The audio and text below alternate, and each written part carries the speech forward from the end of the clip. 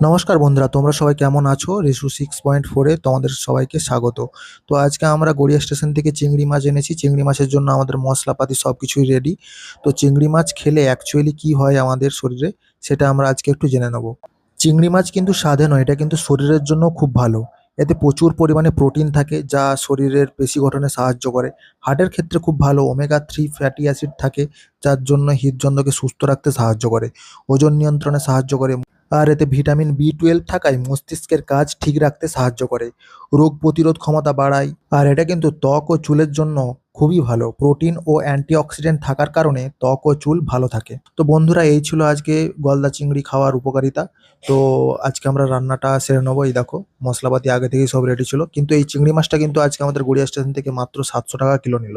এটা সাইজে একটু বড় ছিল, সেই জন্যই হয়তো। তোমাদের এখানে কত টাকা করে কিলো গলদা চিংড়ি, সেটা কিন্তু অবশ্যই কমেন্টে জানিও। এই দেখো, আমাদের মশলাটা পুরো কষা হয়ে এসেছে। এবার আমরা আলুগুলো দিয়ে ভালো করে কষিয়ে নেব। 5 থেকে 6 মিনিট কষানোর পর তারপর আমরা দিয়ে দেবো সর্ষে আর কাজু বাটাটা।